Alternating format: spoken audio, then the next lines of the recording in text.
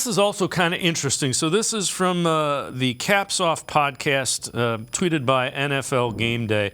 Top 5 most underrated players. They go Dak Prescott, DJ Moore, Calvin Ridley, Deshaun Watson, and Trevor Lawrence. It's really interesting that I think nationally that might be pretty accurate. People are kind of saying, well, can he get back?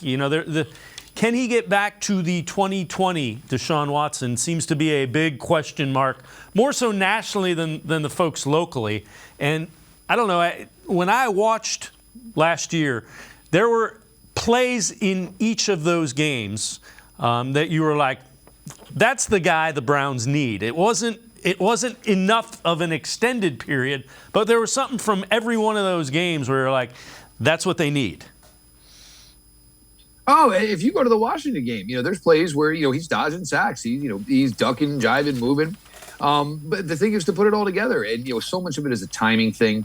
And it's rare. We don't ever really get an NFL player who misses basically a season and a half due to injury. They miss maybe a year, but they're back in time.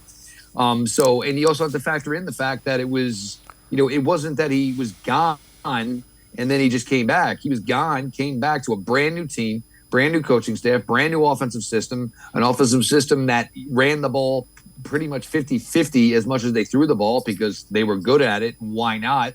And now, even still, you add in here now, more receivers brought in, Elijah Moore. You bring in another tight end. You drafted Cedric Tillman.